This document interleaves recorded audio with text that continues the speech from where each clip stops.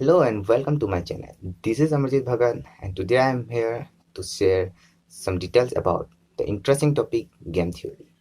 So let us begin. So today in this topic we will cover the details and definition of game theory and who developed the theory, and about the Nash equilibrium, who given the equilibrium theory and all, and about the prisoners dilemmas, and we will know what is player, what is zero sum, non-zero sum, and many more. I hope you like the video and watch till the end. Game theory is a branch of micro economics. जी हाँ, ये एक micro economics का ही branch है जिसका main काम है analysing optimum decision of a player in a competitive situation. मतलब एक कॉम्पिटिटिव सिचुएशन जहाँ एक प्लेयर को बेस्ट डिसीजन लेना होता है, ये सारे कंसेप्ट को, ये थ्योरी को हम गेम थ्योरी कहते हैं. Game theory is also known as science of strategy. मैंने अभी कहा हमें स्ट्रेटेजी लेना पड़ता है एक कॉम्पिटिटिव सिचुएशन में कि बेस्ट डिसीजन क्या होगा, एक बेस्ट डिसीजन लेना होता है, एक स्ट्रेटेजी बनाना पड़ता है, इसीलिए इसको साइंस ऑफ स्ट्रेटेजी भी कहा जाता है. Game theory was developed by John von Neumann and John Nash. ये दोनों एक मैथमेटिशियन थे. इन लोगों ने मिलकर ये थ्योरी डेवलप किया है, और बाद में चल के ऑस्कर मॉर्गेनस्टर एक इकोनॉमिस्ट थे, उन्होंने ये थ्योरी को डेवलप किया है, बहुत सारी कंट्रीब्यूशन की है. तो सबसे पहले हम जानते हैं गेम क्या होता है. यहाँ गेम का मतलब एक स्ट्रेटेजी, एक हम लोग देखते हैं गेम, दो प्लेयर आपस में खेलते हैं, आपस में अलग अलग स्ट्रेटेजी से फिर एक आउटकम निकल के आता है. यहाँ आउटकम को हम इक्विलिब्रियम कहेंगे. ये थ्योरी स्टार्ट करने से पहले, एक्सप्लेनेशन स्टार्ट करने से पहले कुछ टर्म्स है जो कि मैं चाहता हूँ पहले बता दूँ, तो इसके बाद हमें टॉपिक समझने में आसानी मिलेगी. तो पहला टर्म जो हम यहाँ यूज़ करेंगे वो है प्लेयर. प्लेयर हम जनरली भी समझते हैं जो पार्टिसिपेट करता है, जो स्ट्रेटेजी अडॉप्ट करता है, जो स्ट्रेटेजी बनाता है, जो प्रॉब्लम फेस करता है, जो डिसीजन लेता है, हम उसे प्लेयर कहते हैं. यहाँ भी इस थ्योरी में भी प्लेयर का मतलब वही है जो डिसीजन लेगा, जो पार्टिसिपेट करेगा, जो ऑप्टिमम डिसीजन लेगा. सिर्फ डिसीजन हम यहाँ नहीं कह सकते, यहाँ ऑप्टिमम डिसीजन, जो फाइनल डिसीजन है, जो बेस्ट डिसीजन है, जो लेता है, तो ये प्रोसेस में पार्टिसिपेट करता है, उसे हम प्लेयर कहते हैं. दूसरा है प्ले ऑफ. ये आईपीएल का प्ले ऑफ नहीं है जहाँ सीएसके हमेशा टॉप पे रहता है, ये पे ऑफ है गेम थ्योरी का. पे ऑफ का मतलब हम जनरली ये समझते हैं कि एक डिसीजन से हमें क्या मिल रहा है. मतलब अगर हम इजी वर्ड में कहें तो आउटकम को हम यहाँ पे ऑफ कह रहे हैं. जो आउटकम निकलेगा उसे हम यहाँ पे ऑफ कह रहे हैं. दूसरा है जीरो सम. देखिए, जीरो सम से हम क्या समझते हैं, यहाँ अगर मतलब एक ऐसा सिचुएशन जहाँ एक व्यक्ति का लॉस दूसरे के लिए प्रॉफिट हो, उस सिचुएशन को हम जीरो सम कहेंगे. मतलब देखिए, अगर दाहिना हाथ नीचे गया तो बाएं हाथ ऊपर जाएगा, एक का लॉस हुआ तो दूसरा का प्रॉफिट होगा. वही सेम उसी तरह अगर बायां नीचे गया तो दायां ऊपर जाएगा, एक का लॉस हुआ तो दूसरा का प्रॉफिट, एक का प्रॉफिट तो दूसरा का लॉस. या तो इस ऐसा सिचुएशन को हम जीरो सम कहेंगे. वही नॉन जीरो इसका उल्टा है, इसका ऑपोजिट है. नॉन जीरो में एक का लॉस दूसरे पे डिपेंड नहीं करता है, एक ऊपर जाए तो दूसरा कहीं रहे. एक का अगर लॉस हुआ है तो दूसरे पे कुछ हार्म नहीं होगा, ना उसका बेनिफिट होगा ना उसका लॉस होगा. उसी तरह अगर दूसरे का लॉस हुआ है तो पहले वाले का ना प्रॉफिट होगा ना लॉस होगा, एक दूसरे पे डिपेंड नहीं करेगा. ऐसा सिचुएशन को हम नॉन सम कहेंगे, नॉन सम कहते हैं. अगला है स्ट्रेटेजी. स्ट्रेटेजी मतलब एकदम सिंपल है, प्लानिंग, बस. इसके बाद हमें पढ़ना है इक्विलिब्रियम को. इक्विलिब्रियम, यहाँ इक्विलिब्रियम मतलब एक ऐसा सिचुएशन जहाँ आपस के दोनों प्लेयर एक बेस्ट डिसीजन पे जहाँ पहुंचेंगे, वो बेस्ट डिसीजन जब वो लेंगे, उस सिचुएशन को हम इक्विलिब्रियम डिसीजन, इक्विलिब्रियम पॉइंट कहेंगे. मतलब कि दोनों का जो बेस्ट डिसीजन होगा, जब दोनों बेस्ट डिसीजन लेके एक सिचुएशन तक पहुंचेंगे, उसे हम इक्विलिब्रियम कहेंगे। तो चलिए अब हम थ्योरी शुरू करते हैं। सबसे पहले नैश इक्विलिब्रियम जानते हैं। नैश इक्विलिब्रियम क्या होता है? नैश इक्विलिब्रियम एक अमेरिकन मैथमेटिशियन थे, जॉन नैश, उनके नाम से ये रखा गया है, जिन्होंने ये थ्योरी बनाने में काफ़ी मदद की थी। ये बहुत डेवलप किया था उन्होंने, और ये थ्योरी डेवलप करने की वजह से उनको 1994 में नोबेल पुरस्कार से सम्मानित किया गया था। तो नैश इक्विलिब्रियम समझते हैं, उसके लिए आप ये टेबल देखिए। तो मैंने यहाँ दो फॉर्म लिया है, टोयोटा और होंडा। ये तब की बात है जब ये मार्केट में एंटर कर रहे थे, तो इनके पास दो ही ऑप्शन थी। जब मार्केट अच्छा हो रहा था कार्स के लिए, लोग कार खरीदना शुरू कर रहे थे। जाहिर सी बात है कि परचेसिंग इनकम पे डिपेंड करता है। तो यहाँ जब मार्केट बिल्ड कर रहे थे तो इनके पास दो ऑप्शन थे, या तो नया प्लांट बिल्ड करे और मार्केट और स्ट्रॉन्ग करे और प्रॉफिट कमाए, या फिर जैसा चल रहा है वैसे ही रहने दें, और जो अभी नॉर्मल प्रॉफिट इन्हें मिल रहा है, जो नॉर्मल प्रॉफिट कमा रहे हैं, बस वही रहने दें। तो आइए इसके मदद से हम देखते हैं कि जब ये प्लान बनाएंगे तो क्या प्रॉफिट होगी, और जब नहीं बनाएंगे तो क्या प्रॉफिट होगा। कंफ्यूजन ना हो इसके लिए टोयोटा के प्रॉफिट को मैंने रेड और होंडा वाले को ब्लैक में लिखा है। यहाँ आपको ये मानकर चलना होगा कि होंडा और टोयोटा दोनों के प्रॉफिट जो है वो एक दूसरे पर डिपेंड करते हैं। मतलब टोयोटा का जो पे ऑफ होगा वो होंडा पर डिपेंड करेगा, और होंडा का जो पे ऑफ होगा वो टोयोटा पर डिपेंड करेगा। हम अभी डिस्कस करेंगे कि किस तरह इक्विलिब्रियम आएगा, या दोनों फॉर्म किस तरह इक्विलिब्रियम अचीव करेंगे, पहुंचेंगे। ये मानकर चलते हैं कि टोयोटा अगर न्यू प्लांट बनाती है तो उसको $16 मिलियन प्रॉफिट होगा, जो कि टेबल पर मैंने लिखा हुआ है, आप देख सकते हैं। और ना बनाए तो $15 मिलियन होगा। कंफ्यूजन ना हो इसके लिए मैंने टोयोटा का जो वैल्यू है, जो प्रॉफिट है, वो रेड कलर से लिखा है, वही होंडा का ब्लैकिंग से। वैसे ही होंडा है, अगर न्यू प्लान बनाती है तो $16 मिलियन प्रॉफिट होती है, और ना बनाए तो $15 मिलियन होगी। अब अगला कंडीशन देखते हैं क्या होगा। अगर टोयोटा बना रही है और होंडा ना बनाए, तो हम देख सकते हैं कि ये सिचुएशन में टोयोटा को $20 मिलियन प्रॉफिट होगी, वहीं होंडा $15 मिलियन होगा। अब हम इसके विपरीत सिचुएशन देखते हैं कि क्या होगा अगर होंडा बनाएगी और टोयोटा ना बनाए।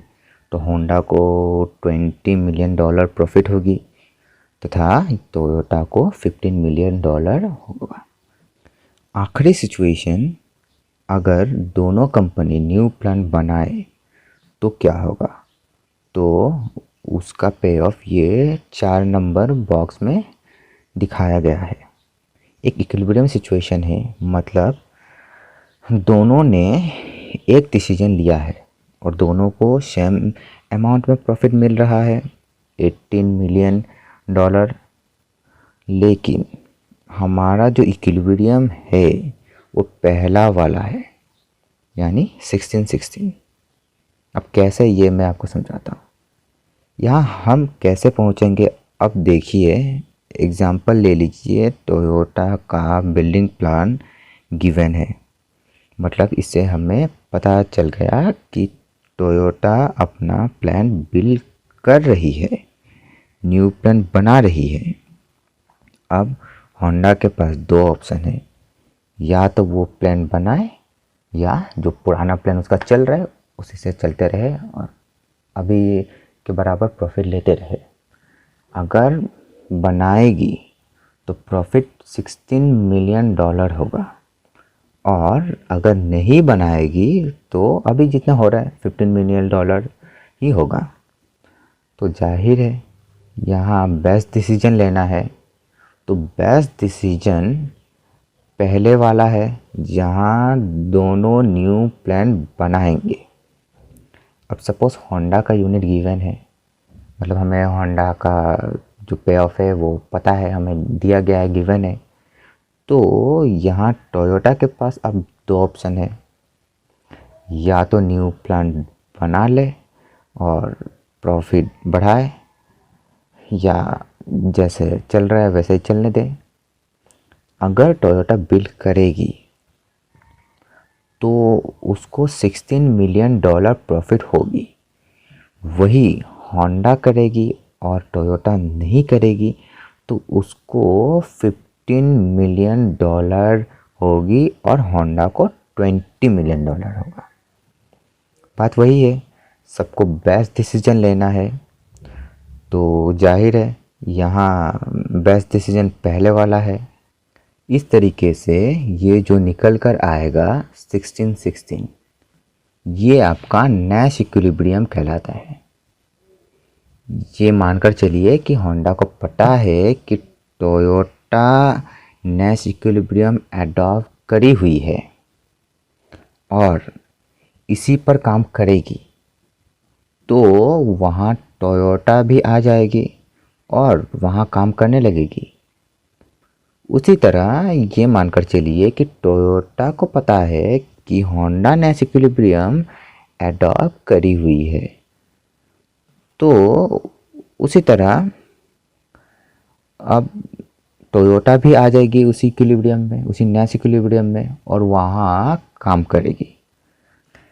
कहने का तात्पर्य ये है कि अगर कोई एक फॉर्म एक नैश इक्विलिब्रियम एडॉप्ट करती है तो ऑटोमेटिकली दूसरा फॉर्म भी ये इक्विलिब्रियम एडॉप्ट कर लेगी।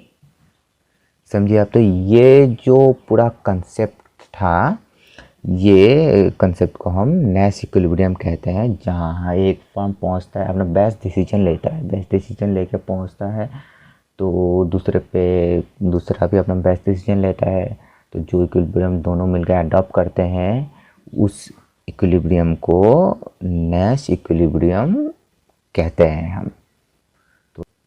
तो अभी आपने देखा नैश इक्विलिब्रियम क्या होता है। तो और समझने के लिए आइए हम प्रिजनर्स डिलेमा का एग्जांपल लेते हैं और इससे समझते हैं। ये जो प्रिजनर्स डिलेमा है, ये एक स्टैंडर्ड एग्जांपल है गेम थ्योरी का, जिससे हम ये एनालाइज करते हैं कि दो रेशनल प्लेयर्स किस तरीके से कॉन्फ्लिक्ट सिचुएशन में, कॉम्पिटिटिव सिचुएशन में अपना बेस्ट डिसीजन लेते हैं और कैसे अपना इक्विलिब्रियम तक पहुंचते हैं, उनका बेस्ट डिसीजन कैसे डिसाइड होता है। तो आइए हम समझते हैं। ये जो प्रिजनर्स डिलेमा है, ये एक रैंड कॉरपोरेशन थी, RAND, जिसके अंदर दो साइंटिस्ट थे, मेरिल फ्लड एंड मेरविल देसाई। जो दो साइंटिस्ट थे, इन्होंने इसे डेवलप किया था और बाद में एल्बर्ट W. ट्विकर जी ने इसे फॉर्मलाइज किया था। हमने अभी नैश इक्विलिब्रियम पढ़ा, जहाँ ये देखा दो फॉर्म टोयोटा और होंडा जो थे वो इंडिविजुअल डिसीजन ले रहे थे। अगर उन लोग दोनों कंबाइंड डिसीजन लेते तो वो एक अलग इक्विलिब्रियम में पहुंच जाते 18-18, जो कि दोनों के लिए बेनिफिट होता। लेकिन उन्होंने ऐसा नहीं किया, उन्होंने इंडिविजुअली डिसीजन लिया और 16-16 तक रहे। उनका बेस्ट डिसीजन ये था, उनका जो पे ऑफ 16 था, 16 उनका इक्विलिब्रियम 16 था, नैश इक्विलिब्रियम 16 था। सेम नैश इक्विलिब्रियम की तरह ही हम प्रिजनर्स डिलेमा भी एक टेबल की मदद से करते हैं, देखते हैं चलिए कि क्या होता है इसमें और सारा फंडा क्या है, कंसेप्ट क्या है। तो चलिए, यहाँ दो लोग हैं जिनको अरेस्ट किया गया है और दोनों को अलग अलग रूम में बैठाकर इन्वेस्टिगेट किया जा रहा है। जुर्म क्या था ये आप खुद अंदाज़ा लगा लेना, मैं कुछ कमेंट नहीं करूँगा इसमें, लेकिन दोनों ने एक ही क्राइम किया था। अब दोनों को अलग अलग ऑप्शन दिए गए। मैंने एक का नाम डेविड और दूसरा का नाम रॉन रखा है। डेविड से कहा गया कि अगर तुम कन्फेस कर लोगे, यहाँ एक कन्फेस नॉट कन्फेस लिखा हुआ है, तो दो ऑप्शन है, कन्फेस करना कन्फेस नहीं करना। तो डेविड से कहा गया कि अगर तुम कन्फेस कर लोगे तो तुमको 5 साल की जेल होगी, जो सज़ा है 5 साल की है, और अगर नहीं करते हो तो 10 साल की होगी, डबल। अगर रॉन करता है, मतलब कहने का तात्पर्य ये है कि डेविड से कहा गया, एक रूम में रखा गया, उसे कहा गया कि अगर तुम कन्फेस कर लेते हो तो तुमको 5 साल की सज़ा होगी, और अगर तुम कन्फेस नहीं करते हो, तुम झूठ बोलते हो, तुमने जुर्म नहीं किया बोलोगे, वहीं अगर रॉन ने कबूल कर लिया तो तुमको 10 साल की सज़ा हो जाएगी। मतलब यहाँ डेविड को कहा गया है कि तुम कह रहे हो कि तुमने क्राइम नहीं किया है, लेकिन तुम्हारा दोस्त कह रहा है हाँ उसने किया है, यही तुमने झूठ बोला, तुम्हारा साथी सही बोल रहा है, इसके लिए उसको जेल नहीं होगी, लेकिन तुमको 10 साल की होगी। यहाँ रॉन अगर सच बोल दे और वो डेविड झूठ बोल दे तो रॉन को 0 हो जाएगी और उसको 10 साल की सज़ा मिलेगी। इसी तरीके से अब रॉन की बारी है। रॉन से कहा गया कि अगर तुम कन्फेस नहीं करते हो और डेविड कन्फेस कर लेता है तो तुमको 10 साल की सज़ा होगी, वहीं डेविड बच जाएगा, उसको 0 ईयर की सज़ा होगी, बिल्कुल सज़ा नहीं होगी, उसको माफ़ हो जाएगा।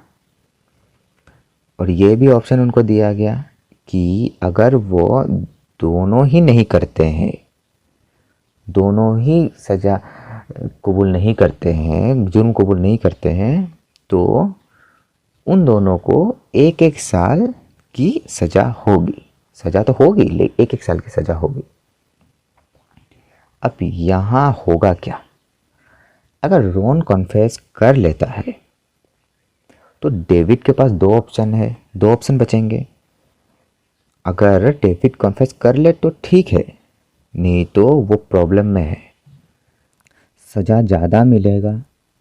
ठीक उसी तरह अगर डेविड कन्फेस कर लेता है तो रॉन के पास 2 ऑप्शन बचेगा। कन्फेस करता है तो ठीक है, वरना ज़्यादा सज़ा मिलेगा। अब दोनों क्या सोचेंगे? दोनों एक डिलेमा में है कि पता नहीं उसका दोस्त क्या रिप्लाई देगा, क्योंकि दोनों अलग अलग कमरे में है, दोनों एक दूसरे से दूर है, कांटेक्ट में नहीं है।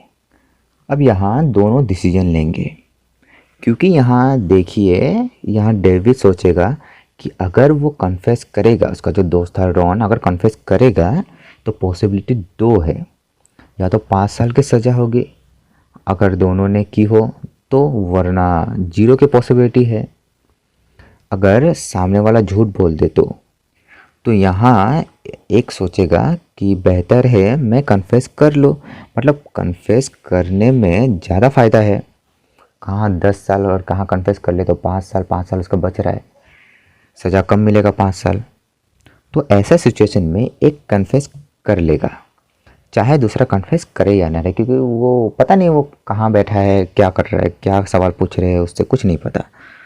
सेम केस होगा दूसरे के साथ, वो भी सज़ा देखकर आखिर में कन्फेस कर ही लेगा, क्योंकि कौन चाहेगा 10 साल सज़ा कटे, अगर 5 साल में काम बन रहा है तो 10 साल कौन सज़ा काटना चाहेगा। तो इसी तरीके से एक इक्विलिब्रियम निकल कर आया 5-5।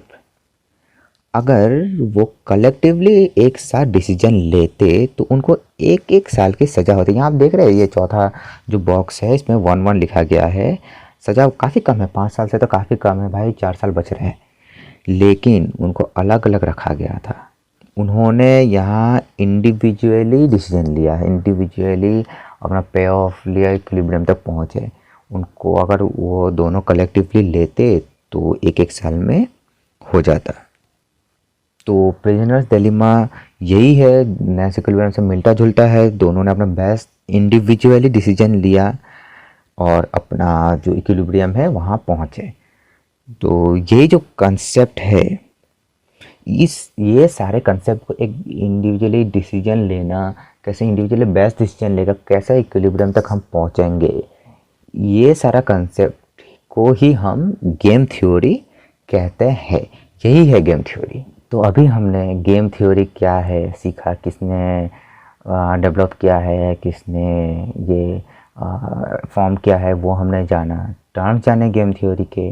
नैश इक्विलिब्रियम हमने सीखा, प्रिजनर्स डिलेमा हमने सीखा, कैसे एक इंडिविजुअल अपना बेस्ट डिसीजन लेगा, कैसे इक्विलिब्रियम तक पहुंचेगा, वो हमने जाना। तो अब दूसरा टॉपिक पे चलते हैं। मेरा इस एक्सप्लेनेशन का दूसरा टॉपिक है डोमिनेंट एंड डोमिनेटेड स्ट्रेटेजी। जी हाँ, डोमिनेंट एंड डोमिनेटेड स्ट्रेटेजी। तो आइए हम जानते हैं कि डोमिनेंट और डोमिनेटेड स्ट्रेटेजी क्या होता है। डोमिनेंट स्ट्रेटेजी में क्या होता है, किसे कहते हैं कि एक जो प्लेयर है, जो पार्टिसिपेंट है, जब वो एक स्ट्रेटेजी लेता है, स्ट्रेटेजी जब अडॉप्ट करता है, इक्विलिब्रियम जब पहुंचता है, तो वो स्ट्रेटेजी अडॉप्ट करने के बाद ये कह सके कि हाँ, ये मेरे लिए बेस्ट स्ट्रेटेजी है। उसको नहीं मालूम कि उसका जो कंपटीटर है वो क्या स्ट्रेटेजी लेकर चल रहा है। वो ये मानकर चलता है कि उसने जो स्ट्रेटेजी चूज़ किया है वो बेस्ट है। मतलब उसने जो स्ट्रेटेजी अडॉप्ट किया है वो नैश इक्विलिब्रियम है, उसका जो पे ऑफ है वो नैश इक्विलिब्रियम का जो पे ऑफ है उसने वो अडॉप्ट किया है। तो उस सिचुएशन पे उस स्ट्रेटेजी को हम डोमिनेंट स्ट्रेटेजी कहते हैं, डोमिनेंट स्ट्रेटेजी कहेंगे। दूसरा जो है डोमिनेटेड स्ट्रेटेजी। मतलब डोमिनेटेड स्ट्रेटेजी वो जब प्लेयर हो या पार्टिसिपेंट हो जो एडॉप्ट करता है, वो जो नैश इक्विलिब्रियम में है। मतलब नैश इक्विलिब्रियम में हमने क्या सीखा, जो इंडिविजुअली बेस्ट डिसीजन ले, बेस्ट प्ले ऑफ को हम नैश इक्विलिब्रियम कहते हैं। वो बेस्ट नहीं लेता है, वो बेस्ट नहीं लेता है, वो बेस्ट से एक नीचे लेता है। जो मतलब कि जो नॉन नैश इक्विलिब्रियम पे ऑफ है वो उसे अडॉप्ट करता है।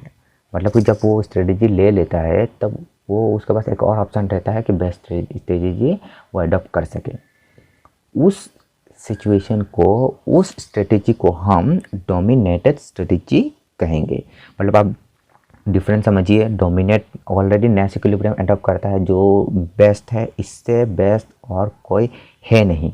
सबसे बेस्ट जो इंडिविजुअल डिसीजन होता है वो अडॉप्ट कर लेता है। वही डोमिनेटेड में बेस्ट है, बेस्ट मतलब नैश इक्विलिब्रियम से वन डाउन नीचे लेता है। मतलब जो नॉन बेस्ट कंपोनेंट है, नॉन बेस्ट पे ऑफ है, कंपोनेंट नहीं, माफ़ कीजिएगा, जो नॉन नैश पे ऑफ है वो उसको अडॉप्ट करता है। मतलब उसके पास एक और ऑप्शन बच जाता है कि वो नैश इक्विलिब्रियम अडॉप्ट करे, वो बेस्ट स्ट्रेटेजी अडॉप्ट करे। उस स्ट्रेटेजी को हम डोमिनेटेड स्ट्रेटेजी कहते हैं। तो आइए आज मेरा एक्सप्लेनेशन का जो आखिरी टॉपिक है हम उसको डिस्कस करते हैं, corporative and non corporative game theory. हमने आज क्या क्या सीखा, नैश इक्विलिब्रियम, गेम थ्योरी का डिटेल्स हमने पढ़ा कि क्या है गेम थ्योरी, फिर किसने डेवलप किया वो हमने जाना, नैश इक्विलिब्रियम जाना, फिर प्रिजनर्स डिलेमा जाना, कैसे एक इंडिविजुअल अब अपना बेस्ट डिसीजन लेता है, एक पार्टिसिपेंट कैसे बेस्ट डिसीजन लेता है, फिर डोमिनेंट एंड डोमिनेटेड स्ट्रेटेजी क्या होता है हमने वो सीखा। अब हम आखिरी टॉपिक डिस्कस करते हैं, corporative and non corporative game theory क्या होता है। अब देखिए, यहाँ गौर कीजिए, नाम में सब कुछ है, कॉर्पोरेटिव एंड नॉन कॉर्पोरेटिव।